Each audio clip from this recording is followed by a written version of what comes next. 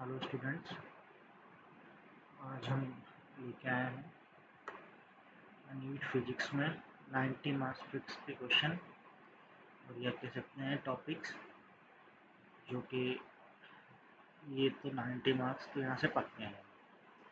मैं दूसरे 180 मार्क्स और ज़्यादा मार्क्स के क्वेश्चन में वो टॉपिक क्यों नहीं लाया हूँ, क्योंकि 90 मार्क्स के अबव आप प्रेडिक्ट कर ही नहीं सकते फिजिक्स में कहाँ से क्वेश्चन आएगा। पर 90 मार्क्स तो मैं फिक्स बता सकता हूँ कि यहाँ से ही आएगा। ठीक है स्टूडेंट्स, तो जो फर्स्ट टॉपिक रहेगा हमारा वो रहेगा modern physics, dual nature, atoms, nuclei. Second रहेगा करंट इलेक्ट्रिसिटी चैप्टर।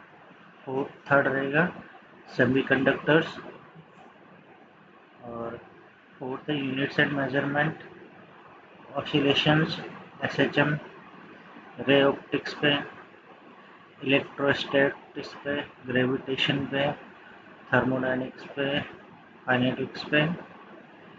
और फिर उसके बाद में इलेक्ट्रोमैग्नेटिज्म, द डायरेक्शनल ट्रियो। 12 से 16 मार्क्स पक्के हैं। Already electrostatic, these chapters are pure logic.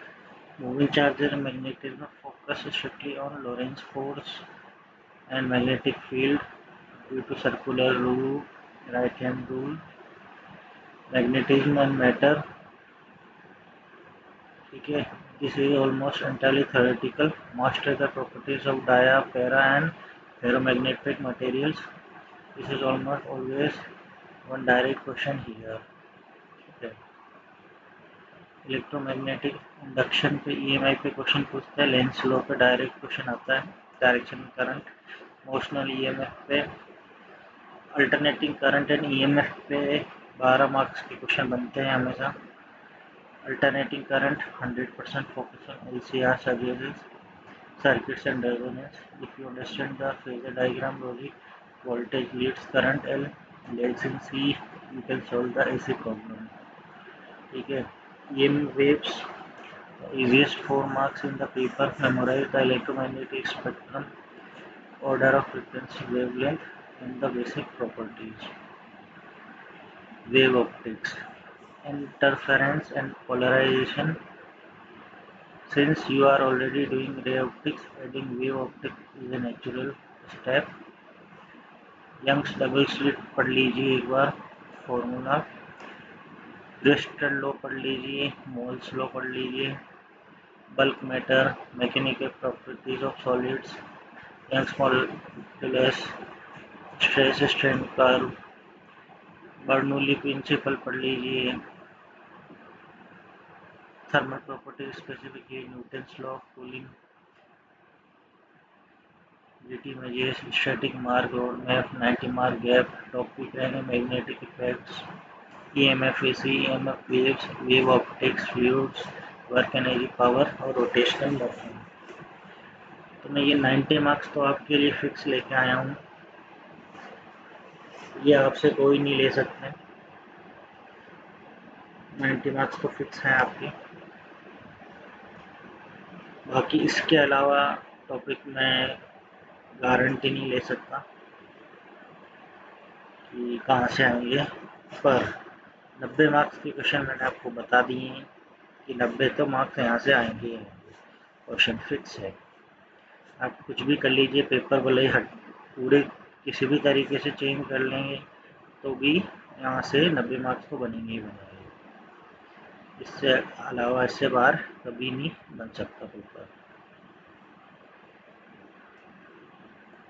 और बात है डीप से बनता है डिप्रेशन, तो मैं ज़्यादा डीप में नहीं जाऊँगा, तो ज़्यादा मैं दिक्कत नहीं देता बच्चों को।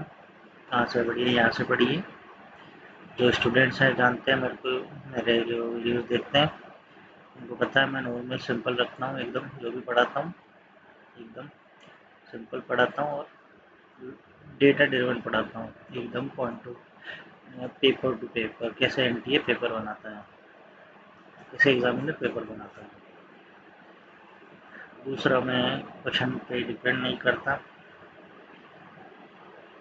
फॉलो नहीं करता किसी को भी, कहाँ से आएगा पेपर कहाँ से नहीं आएगा।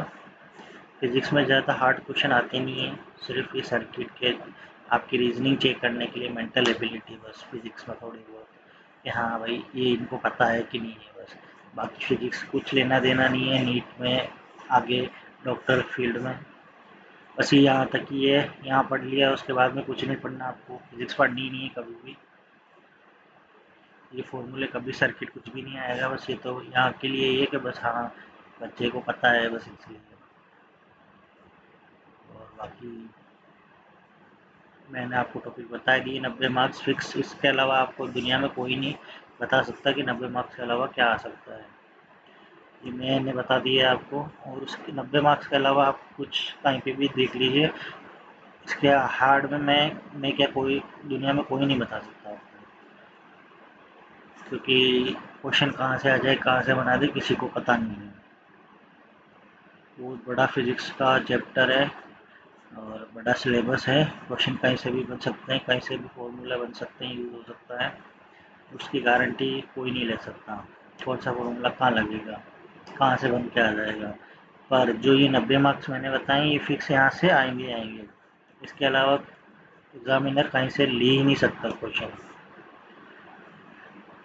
और दूसरे में तो फॉर्मूले में कहीं पे भी कुछ भी पुट कर सकता है, किसी भी डायग्राम बना सकता है, पुली मास की क्वेश्चन कुछ भी कर सकता है, 2 पुली 3 पुली कुछ भी डाल सकता है, कितने ही मास डाल सकता है। सर्किट में जैसे बना दिया तो सर्किट अपन की फिक्स पता है अपन को सर्किट कैसा क्या है, बस रेजिस्टेंट डायोड कैपेसिटर यही डालेगा और उसके अलावा कुछ नहीं डालेगा।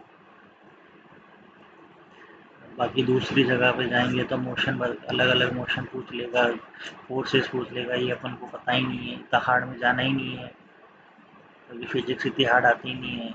वो फिर रॉकेट साइंस वाले लोगों के लिए है, जो लोग साइंस फील्ड में फिजिक्स फील्ड में आगे जाते हैं इंजीनियरिंग में, उनके लिए है।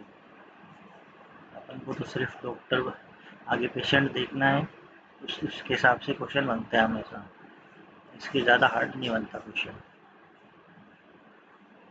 बाकी जो ये दुनिया में क्या कह रहे हैं क्या नहीं कर रहे हैं, लोगों का क्या करना, लोग तो कुछ भी बता देंगे करा देंगे, वैसा थोड़ी चलना है अपन को। अपन तो अपन जो डॉक्टर के लिए काम आता है वही पढ़ेंगे और वही बनाएंगे। ठीक है स्टूडेंट्स,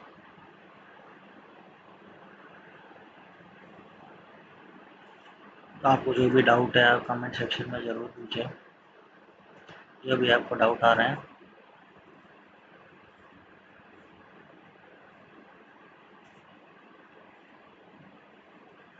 और ट्राई करेंगे, क्वेश्चन देखते रहें और डाउट पूछते रहें, जितने डाउट पूछेंगे आप उतना ही ज़्यादा अच्छा रहेगा, आपका जो एजिटेशन है वो निकलेगा, प्रेशर है माइंड में वो निकलेगा। और ज़्यादा लोड ले जो ज़्यादा सोचना है नहीं अपन को, ज़्यादा सोचना नहीं है बिल्कुल भी, पेपर देख के आना है और प्रिपरेशन कर, मैंने क्वेश्चन बता ही दिए हैं आपको टॉपिक, इसके अलावा कहीं से 90 नंबर तो यहाँ से फिक्स है, 90 नंबर तो आप यहाँ ये पढ़ लिए टॉपिक, आपके 90 नंबर फिक्स है। ठीक है स्टूडेंट्स, और मैं इनके टॉपिक पे ज़्यादा और वीडियो बना ही दूँगा, लेके आ जाऊँगा, स्टूडेंट्स वगैरह की डिमांड रही तो। और आपको कुछ भी डाउट है नीट के रिगार्डिंग वो भी आप पूछ सकते हैं,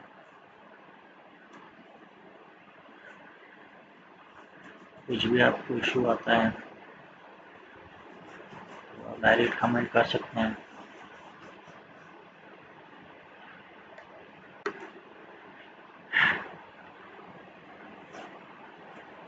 और ट्राई करें कि ज़्यादा से ज़्यादा कमेंट पूछें, क्योंकि कमेंट पूछेंगे तभी आपका डाउट निकलेगा बाहर, और बिना ऐसे किसी से डिस्कस किए बिना तो आपको कैसे पता चलेगा क्या आ रहा है, क्या पूछा जा रहा है एग्ज़ाम में। Thank you students.